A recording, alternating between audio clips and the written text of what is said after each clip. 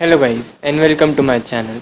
We are studying our chapter of class 12th biology, human health and diseases, and in this chapter we are now going to study about viral diseases in humans.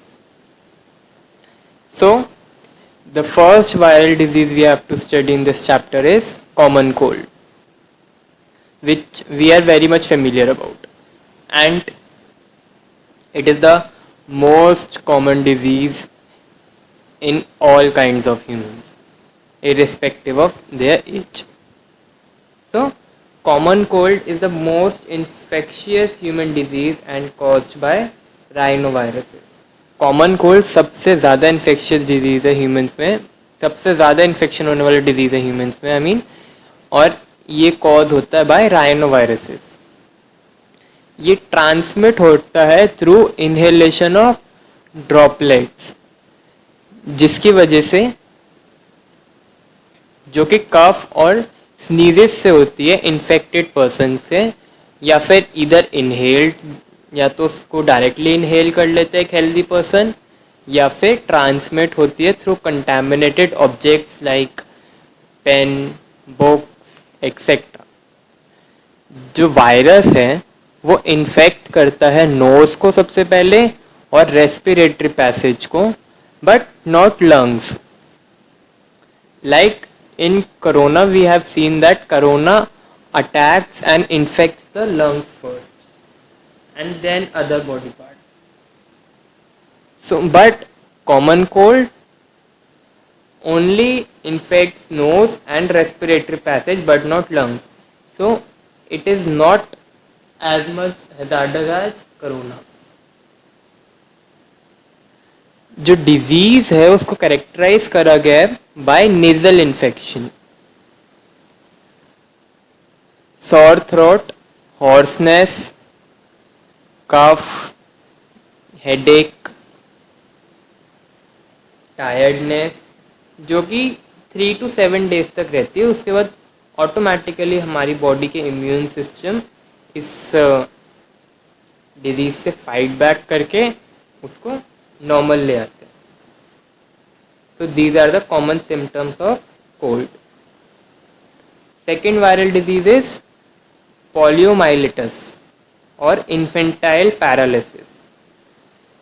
जो disease है वो mainly spread होता है through intestinal discharges, और जो virus है वो usually enter करता है बॉडी में via alimentary canal.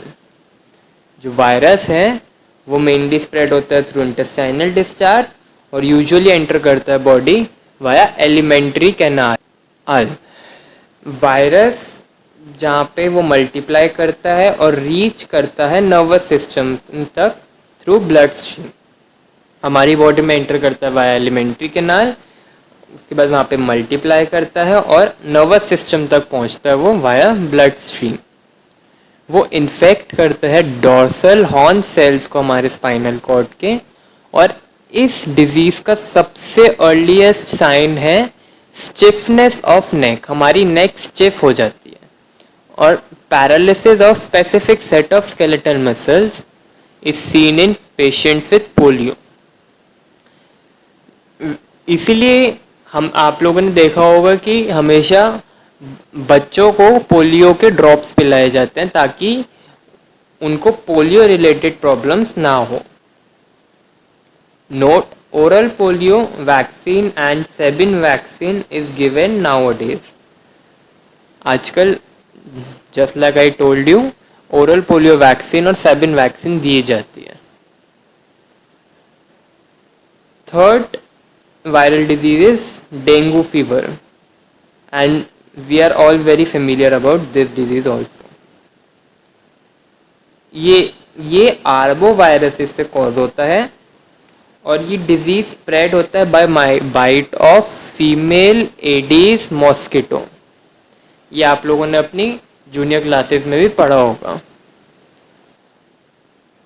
Patients with classical dengue fever have symptoms like high fever, pain behind eyes, severe headache, muscles and joint pain, measles like rash over chest and upper limbs, nausea. Nausea means the feeling of uneasiness, and vomiting. Patients with dengue hemorrhagic fever have risk of internal bleeding that may prove even fatal due to low platelets count. Classical dengue fever में symptoms होते हैं but that are not fatal and that are not risky for our life. But in hemorrhagic dengue fever, the internal bleeding takes place due to which platelets count gets low and gets even fatal. जैसे आप लोगों ने सुना होगा कि जब भी किसी को डेंगू होता है तो डॉक्टर ये टेस्ट करते हैं कि उनके प्लेटलेट्स काउंट कितने लो हो चुके हैं ताकि वो सिवेरिटी का अंदाज़ा लगा पाए और उसी के अकॉर्डिंग ट्रीटमेंट कर पाए. So the next viral disease is chikungunya. This disease is also spread by bite of Aedes mosquito. ये भी Aedes mosquito की बाइट से स्प्रेड होता है और ये फीमेल Aedes mosquito की बाइट से भी स्प्रेड होता है. ये Aedes mosquito और फीमेल Aedes mosquito दोनों की बाइट से स्प्रेड होता है. So here is one important note also. Aedes mosquito is vector for dengue fever, Zika virus, yellow fever and chikungunya. Aedes mosquito इन सभी वायरल डिजीज का positive virus होता है. The next topic we are going to study is viral hepatitis in humans. Before this we have studied viral diseases and now viral hepatitis in humans. So first is hepatitis A or infectious hepatitis. It is spread by fecal-oral route and has ssRNA as its genetic material. Means single-stranded RNA as its genetic material. Hepatitis B or serum hepatitis. ये cause होता है by hepatitis B virus जो कि जिसका genetic material double stranded RNA और DSRNA होता है. ये स्प्रेड होता है by sexual contact and through blood. Hepatitis C और non A non B hepatitis, इसका पॉजिटिव वायरस का genetic material single stranded RNA होता है और ये भी स्प्रेड होता है through blood and sexual contact. Fourth is hepatitis D और delta hepatitis we can say. इसका पॉजिटिव वायरस का जेनेटिक मटेरियल भी सिंगल स्ट्रैंडेड आरएनए होता है और ये ट्रांसमिट होता है like hepatitis B only. Next is hepatitis D. एक डिफेक्टिव वायरस है और यूजुअली इन्फेक्ट करता है उन पेशेंट्स को जिनको ऑलरेडी हेपेटाइटिस बी इन्फेक्शन हैगा. Next is hepatitis E.